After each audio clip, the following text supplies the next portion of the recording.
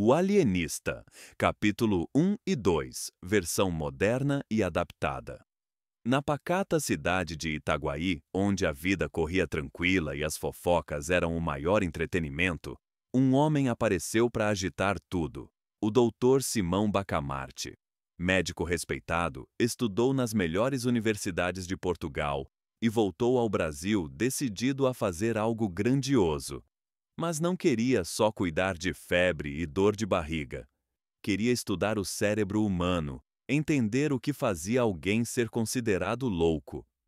A verdadeira ciência está na mente, dizia ele com um olhar sério. E assim nasceu a ideia da Casa Verde, um grande casarão pintado de verde, erguido no alto de uma colina, de onde dava para ver a cidade inteira. O povo, curioso, ficou imaginando mil coisas. Uns diziam que era hospital, outros juravam que era hospício.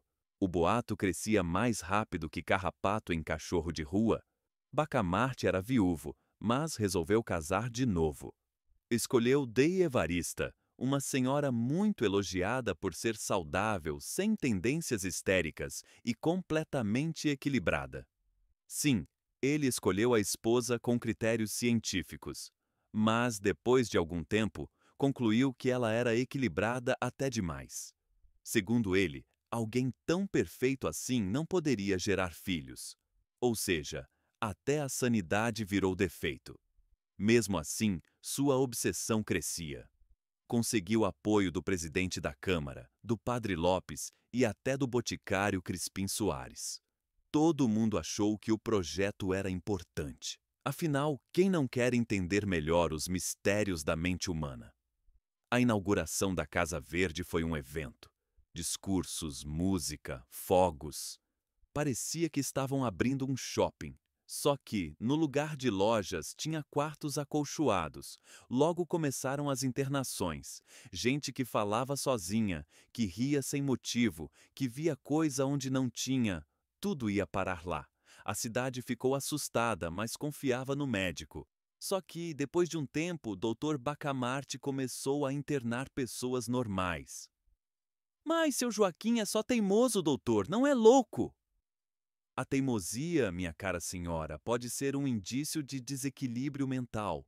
Pronto, bastava alguém agir diferente do que ele considerava normal e já ia direto para Casa Verde.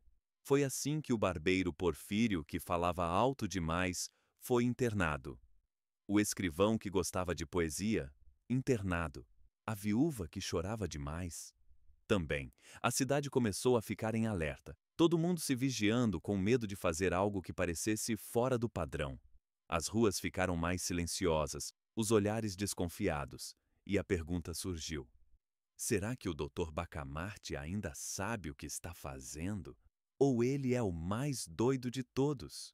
Capítulos 3. As internações continuavam na Casa Verde e Dr. Bacamarte seguia firme na missão de curar a cidade. Mas agora, nem os mais respeitados escapavam. Um dos primeiros a sentir o peso da obsessão médica foi Crispim Soares, o boticário. Crispim, além de amigo antigo do doutor, era um homem vaidoso, gostava de se exibir. Dizia ter influência, mostrava saber de tudo e até arriscava uns conselhos médicos, sem nunca ter estudado medicina, claro. Um dia, numa conversa inocente, ele comentou que preferia o remédio azul ao verde, mesmo sem fundamento. Pronto, Bacamarte ficou de orelha em pé. Esse tipo de certeza infundada pode ser sintoma de desequilíbrio, disse o doutor. 2 dias depois, o boticário estava internado. A cidade ficou perplexa. Se até o boticário, amigo do médico, foi trancado, qualquer um podia ser o próximo. E era exatamente isso que começava a acontecer. Dona Evarista, esposa de Bacamarte, tentava argumentar com ele nas horas do jantar, mas nada fazia o doutor mudar de ideia. A sanidade, para ele, era um equilíbrio raro, quase impossível. E o mais curioso, quanto mais gente ele internava, mais convicto ele ficava de que sua teoria estava certa. O número de doentes confirma o quanto é frágil a mente humana. Repetia. Itaguaí virou um lugar estranho. Os moradores começaram a andar devagar, falar pouco, medir cada gesto. Um sorriso fora de hora, um comentário exagerado, e lá vinha o ajudante da Casa Verde com uma carroça para levar o novo paciente. Até o Padre Lopes, respeitado e calmo, caiu na mira do médico. Bastou o religioso dizer que ouvira um sussurro durante a reza e... pá! Internado. A cidade começou a se revoltar. Muita gente passou a acreditar que Bacamarte estava enlouquecendo. Mas quem teria coragem de dizer isso em voz alta? Foi aí que começaram a surgir os primeiros sussurros de rebelião. Capítulo 4. A paciência do povo de Itaguaí começou a se esgotar. A cada semana, mais alguém era levado para Casa Verde. Já não dava para saber quem era doido de verdade e quem só foi mal interpretado. Um espirro fora de hora, um elogio exagerado ou até uma frase filosófica podiam te condenar à internação. Foi nesse clima que o barbeiro Porfírio, um sujeito falante e popular, decidiu se manifestar. Ele não era só barbeiro, era também poeta nas horas vagas e gostava de citar frases feitas. Resultado? Estava internado havia 2 semanas. Mas Porfírio não era qualquer um. De dentro da Casa Verde, conseguiu enviar mensagens para fora e incentivar um grupo de moradores a protestar. A ideia cresceu e, quando menos se esperava, formou-se uma rebelião popular contra o Dr. Bacamarte. O líder da revolta foi o vereador Galvão, homem de discurso inflamado e jeito popular. Ele dizia que o médico estava transformando a cidade num manicômio e que ninguém mais se sentia seguro. Pregou liberdade, justiça e a queda da Casa Verde. Em pouco tempo, uma multidão se reuniu em frente à Câmara. Gritavam palavras de ordem, pediam a libertação dos internados e o fim dos abusos. Parecia o começo de uma revolução. Mas Bacamarte, frio como uma pedra de gelo, não se abalou. Recebeu os líderes da revolta com educação, ouviu os argumentos e, no fim, mandou internar o vereador Galvão. A eloquência exagerada pode ser um sinal de mania de grandeza, justificou ele calmamente. O movimento, sem sua liderança, desmoronou. Muitos manifestantes, com medo, voltaram para casa no mesmo dia. Enquanto isso, o doutor continuava com suas observações, anotações e diagnósticos. Dizia que estava próximo de compreender os segredos da alma humana. Só que ninguém mais confiava nele, e o número de doentes aumentava tanto que já não havia mais lugar na Casa Verde. A pergunta que ficava no ar era a mesma que todos sussurravam nas esquinas. E se o único realmente louco for o próprio Dr. Bacamarte? Capítulo 5. A cidade de Itaguaí tentava voltar ao normal depois da tentativa frustrada de rebelião. Mas como manter a calma sabendo que qualquer atitude fora do comum podia te levar direto para a Casa Verde? Mesmo assim, havia quem ainda não se rendesse. Um desses era Padre Lopes, homem respeitado e discreto. Tentou argumentar com Bacamarte, dizendo que estava exagerando, que aquilo não era ciência, mas perseguição. O doutor apenas respondeu com um sorriso calmo. Padre, ver o exagero no equilíbrio dos outros pode ser um indício de distorção da própria percepção. No dia seguinte, o padre foi internado. Aos poucos, figuras importantes da cidade iam caindo uma a uma. E ninguém mais ousava protestar. Era mais seguro ficar calado, andar reto, não desviar os olhos. Até as crianças estavam mudando o jeito de brincar. Corria um medo no ar, um silêncio tenso que dominava cada esquina. Enquanto isso, Bacamarte escrevia e catalogava tudo. Criava teorias, listas, perfis, acreditava piamente que estava prestes a fazer uma descoberta grandiosa sobre a mente humana. Mas o que causava espanto era sua frieza. Internava amigos, aliados, gente da igreja, vizinhos, sem piscar. Dona Evarista, sua esposa, chegou a comentar com ele durante o jantar. Você já internou tanta gente? Já parou para pensar se não exagerou? Ele limpou os lábios com o guardanapo e respondeu: Minha querida, quando a ciência é verdadeira, ela não se curva à opinião pública. Mesmo com o clima pesado, havia quem visse uma oportunidade nisso tudo. Alguns moradores começaram a usar o medo da Casa Verde para resolver brigas pessoais. Se alguém não gostava de outro, bastava espalhar o boato. Fulano anda meio estranho, hein? Tá falando sozinho. Isso era suficiente para colocar o nome do coitado na lista de observação do doutor. A Casa Verde, que nasceu como um centro de estudos científicos, agora funcionava como uma prisão disfarçada. Só que com uma diferença: não tinha grades, bastava uma opinião médica e pronto. Lá dentro, ninguém tinha vez nem voz. Enquanto isso, Bacamarte seguia firme. Seu olhar, antes analítico e curioso, agora parecia obcecado. E o que antes era estudo, começava a se parecer com controle. Capítulo 6. Itaguaí já não era mais a mesma. As conversas nas ruas tinham sumido, os risos viraram sussurros, e todo mundo vivia com medo de ser o próximo a entrar na Casa Verde. Ninguém sabia mais o que era loucura ou sanidade. Só sabiam que o Dr. Bacamarte decidia tudo sozinho. Foi nesse cenário que um novo personagem se destacou. Porfírio, o barbeiro que já tinha sido internado e libertado. Ele voltou mudado, com sede de justiça e mais carismático do que nunca. A população, cansada do silêncio e do medo, viu nele uma chance de mudar as coisas. Porfírio fundou um grupo chamado Os Amigos da Liberdade e começou a reunir simpatizantes. O movimento cresceu rápido. Agora, não era só revolta, era política. Ele se lançou candidato a vereador e, com o apoio do povo, ganhou a eleição. Seu primeiro ato foi propor uma lei.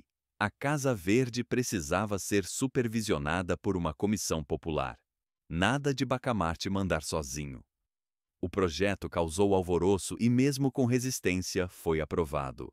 O doutor fingiu não se abalar, mas estava incomodado. Preferia trabalhar em paz, sem questionamentos. Ainda assim, recebeu a comissão com educação e mostrou os registros, os diagnósticos, os nomes dos pacientes. Mas o povo queria mais. Queriam soltar os internados. A comissão começou a revisar caso por caso. Descobriram que muita gente ali estava perfeitamente sã e tinha sido internada por motivos ridículos: cantar alto demais, gostar de matemática, escrever poesia, rir durante um velório. Aos poucos, as celas foram esvaziando. Bacamarte, observando tudo com calma, não protestou. Mas uma coisa ninguém esperava: depois que a maioria foi libertada, ele pediu para ser internado. Sim, o próprio Dr. Bacamarte se apresentou à comissão e disse que se todos os seus critérios estavam errados, então ele é que estava desequilibrado o tempo todo. E se era assim, precisava de tratamento. Foi difícil convencê-lo do contrário, mas no fim ele aceitou continuar em liberdade. E então, numa reviravolta que ninguém imaginava, o doutor mudou toda a sua teoria. Os loucos não eram os diferentes, mas os que pareciam normais demais.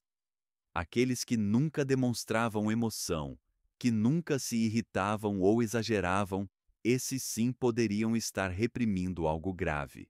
E aí, a Casa Verde voltou a lotar. Capítulo 7. A cidade de Itaguaí já não entendia mais nada. Quando pensaram que o pesadelo tinha acabado, Dr. Bacamarte voltou com uma nova teoria.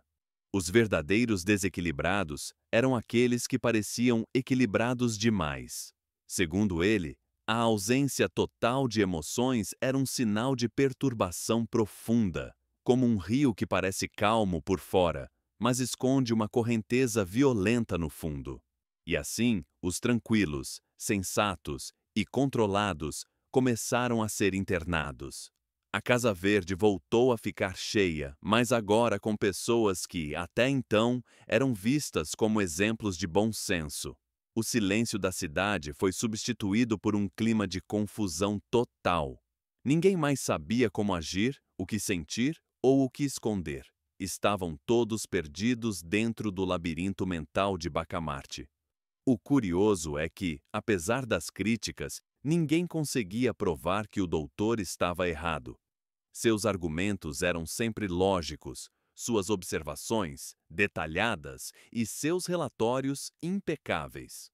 O problema era o excesso de certeza, e isso talvez fosse a maior loucura. Mas então, algo aconteceu. Depois de um longo período de reflexões e anotações, Bacamarte fez algo inesperado. Libertou todos os internos. Sem avisar ninguém, ordenou a soltura geral e declarou que sua pesquisa tinha chegado ao fim. A alma humana é complexa demais para ser contida em fórmulas, disse ele, em tom calmo. Busquei uma ciência exata onde reina o imprevisto. Errei. Itaguaí ficou em choque. A Casa Verde foi esvaziada. O povo, confuso, aos poucos retomou sua rotina. O doutor se recolheu, voltou ao consultório, cuidou de pacientes comuns e viveu seus dias com a mesma dedicação silenciosa de sempre. Não voltou a falar de loucura. Não escreveu mais teoria nenhuma. Apenas viveu. E assim terminou a jornada do homem que quis medir a mente humana como quem mede a febre, e descobriu, no fim das contas, que a maior sanidade é aceitar que ninguém é totalmente são. Conclusões de O Alienista Sem Enrolação. 1. A linha entre loucura e sanidade é frágil. O que parecia loucura mudava o tempo todo. Primeiro era quem ria sem motivo, depois quem chorava demais, depois quem era calmo demais. Ou seja, quem decide o que é normal? O livro mostra que essa fronteira é relativa e perigosa quando nas mãos erradas. 2. O poder, quando concentrado, enlouquece. Bacamarte começou com boas intenções, mas foi se perdendo no próprio ego e virou um tirano disfarçado de cientista. O povo não tinha voz, só restava obedecer. Resultado? Uma cidade oprimida, onde até respirar fundo podia ser sintoma. 3. A obsessão pelo controle leva à destruição. Ele queria entender tudo, classificar tudo, controlar tudo. Mas o ser humano não cabe em tabelas. Quando Bacamarte percebe isso, é tarde demais. Já causou medo, sofrimento e destruiu a liberdade da cidade. 4. Ninguém é totalmente normal. O final entrega o recado. Não existe sanidade absoluta. Todos nós temos nossas esquisitices, medos, exageros e momentos de desequilíbrio. Isso é ser humano. Tentar viver como um robô equilibrado o tempo todo, isso sim é loucura. 5. Machado faz a gente pensar com ironia. Machado de Assis não escreve para dar respostas fáceis. Ele cutuca, provoca e usa o humor ácido para mostrar o quanto a sociedade pode ser hipócrita, autoritária e cega quando se acha racional demais. Em resumo, O Alienista não é só um livro sobre loucura, é um espelho social. Mostra que o verdadeiro perigo nem sempre está nos que agem estranho, mas nos que têm poder demais e acham que sabem tudo. Quando o louco é quem manda terminar a leitura de O Alienista e não pensar no Brasil de hoje, é quase impossível. A história do Dr. Bacamarte, o médico que enlouquece a cidade inteira enquanto acredita estar salvando todo mundo, é um espelho desconfortável da nossa própria realidade, porque Itaguaí, com sua população amedrontada, seus diagnósticos arbitrários e sua Casa Verde lotada de inocentes, lembra muito o clima que vivemos hoje. Um país onde a verdade é decidida por poucos e o pensamento livre virou artigo de risco. Não à toa, a figura do Dr. Bacamarte encontra eco direto em Alexandre de Moraes, ministro do Supremo Tribunal Federal. Um homem que, em nome de uma certa democracia, se transformou em juiz, delegado, investigador, promotor e parte ofendida, tudo ao mesmo tempo. Ele decide o que é fake news. Ele determina quem pode ser calado. Ele manda prender, censurar, tirar do ar. E tudo isso com uma justificativa quase sagrada: defender as instituições. Mas o que acontece quando essa instituição se resume à vontade de um só homem? Machado de Assis escreveu O Alienista para mostrar como a obsessão pelo controle disfarçada de ciência ou virtude pode ser tão perigosa quanto a loucura real. Bacamarte internava quem sorria demais, quem falava sozinho ou quem demonstrava emoção demais. Hoje, a gente vê gente sendo silenciada por pensar errado, falar demais ou simplesmente questionar o discurso oficial. A loucura ontem era motivo para internação. Hoje virou desculpa para censura. Alexandre de Moraes se diz defensor da democracia, mas age como quem define sozinho o que pode ser dito, compartilhado ou investigado. O problema é que, quando alguém se coloca acima das leis, das críticas e até do bom senso, já não estamos mais falando de justiça, estamos falando de poder.